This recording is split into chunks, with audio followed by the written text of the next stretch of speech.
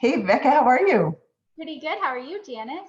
Great, great. Thanks for joining me today. Today I'm talking with Becca Anderson, and she's the Director of Community Outreach for Page a Day Math.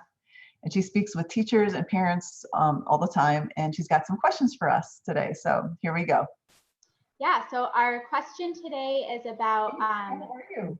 Page a Day Math being. Great, great. Thanks for joining me today. Do you want to start over? Wait, you know what? I have a technical difficulty. Hold on a second, okay? Because there is a delay. There we go. All right, now we're all set. Sorry about that. This is our first time using YouTube, and I had the live screen up, so I couldn't hear you. Okay. It's actually still up. Can you hear that? Yes, a little bit in the background. Yeah, sorry if anybody's watching us right now. Let me just figure this out.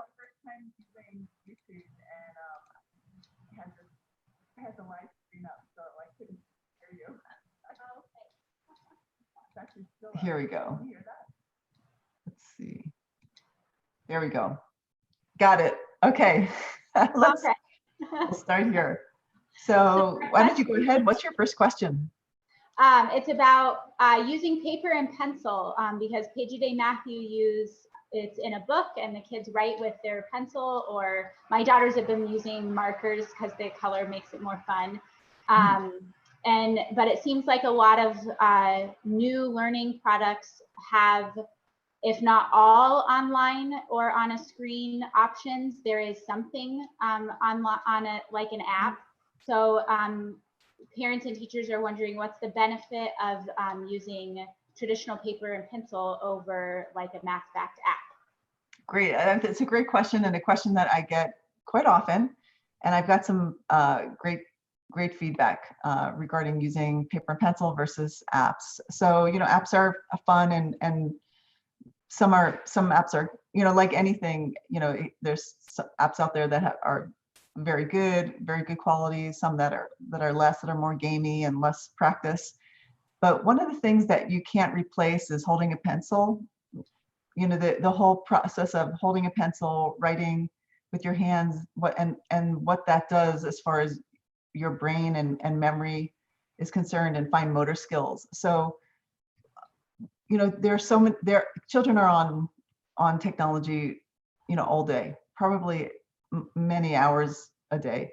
And while that's like just the trend and the way things are going, there's still so many important things that happen when you're doing things with your hands. So building and refining fine motor skills is really important, because we still do write math. Math is a written language, and at this moment we do write math. So when a child gets into middle school and high school, and they enter pre-algebra classes and algebra classes, geometry, pre-calc and calculus, that will all be handwritten for the foreseeable future. So it's really important that children know how to write comfortably, how not to get tired when they're writing, how to erase, how to look over their work, understand it, make sure that the work is legible so that a teacher and other people can read it, because they're basically communicating with math.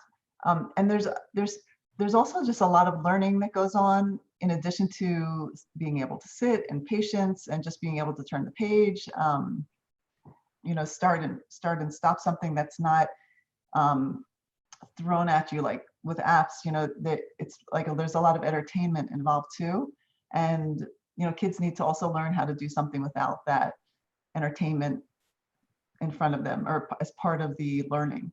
So books, reading books, turning the pages, and math as well is really important. And I had this experience actually yesterday with a child that I'm working with that has ADHD, very smart child. And one of the things that I'm working on with this child is just to get them to work for a certain period of time, and then to get them to work for a longer period of time. So the first time that we met, the child, it was very hard for the child to complete a few problems. And that child is also very used to being on technology. And the child told me that he uses an app that teaches him how to write, but the app actually recognizes no matter how he writes the numbers, even if it's not that neat or not neat at all, it still is recognizing what he's doing. So it's kind of telling him that that's okay. Mhm. And his numbers are actually quite difficult to understand. So he's learning how to do things fast and kind of without taking his time. So his work is very hard to read. When we started working on paper, he started out really, really fast. And I asked him to slow down. He's like, no, I like to do it fast. But as he started working on it, I was pointing out some of the numbers that he did really, really well.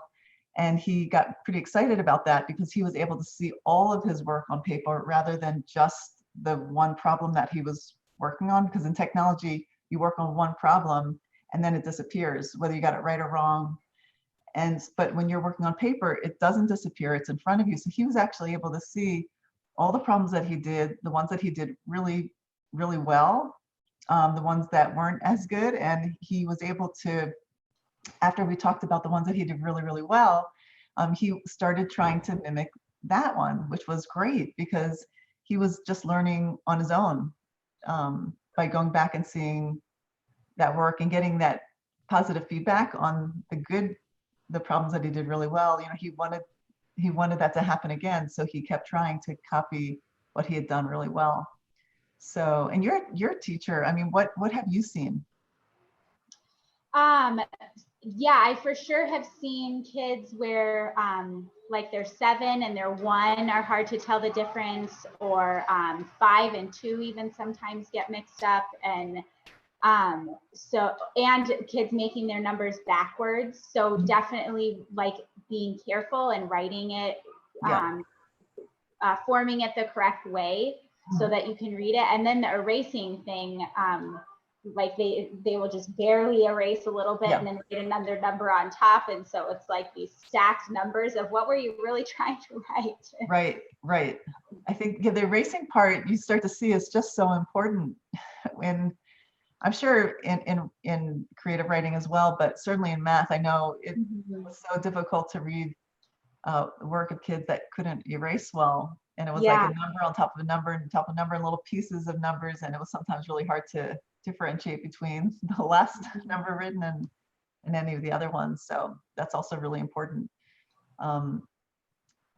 Another thing, your story with the child who is writing really fast and then looking back and seeing the way his numbers had improved just over that one page. It kind of reminds me of the growth mindset of seeing what you're doing to improve and getting better. And you might not be perfect yet, but you are making steps towards improvement. And that's definitely something in an app where it's just one problem at a time and then it swipes off and you don't look back and see all of the work that you have done in one place. And so that's definitely a value of having it all on a piece of paper that you can look at all that you accomplished in that time. Yeah.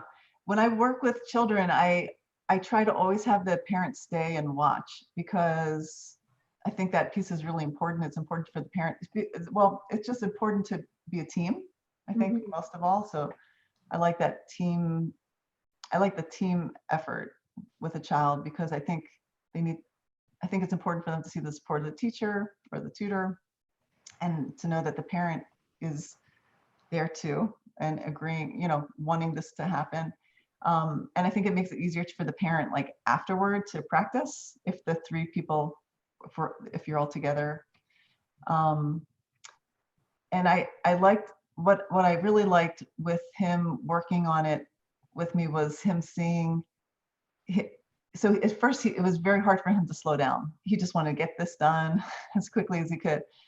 But as soon as he got that positive recognition and positive feedback about the ones that he had done well, he slowed down on his own. And I was so happy for him because telling him to slow down clearly wasn't going to work.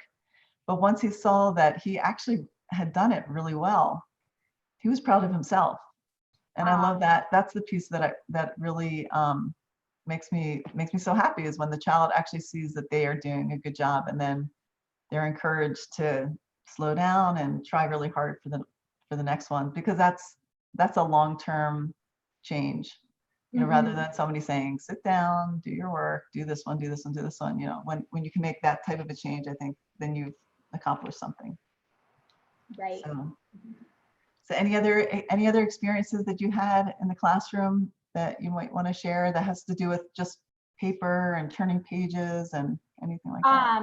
Well, I think it, I know as parents, we see like just writing a simple addition or subtraction problem and think like, oh, that's really easy. But remembering that this is the foundation we're building for our kids when they do get into like pre-algebra and pre-calculus and geometry and all of that, and that math isn't meant to be done fast. So like the timed tests that I know I have done with my classes of like do 100 problems in 10 minutes, and that when they get to doing higher level math, and even professional mathematicians might spend an entire week on one math problem. It's not a rush through it. So that there's not a timed component, and just being careful and accurate, I think translates a lot more to future math skills than rushing through as fast as you can.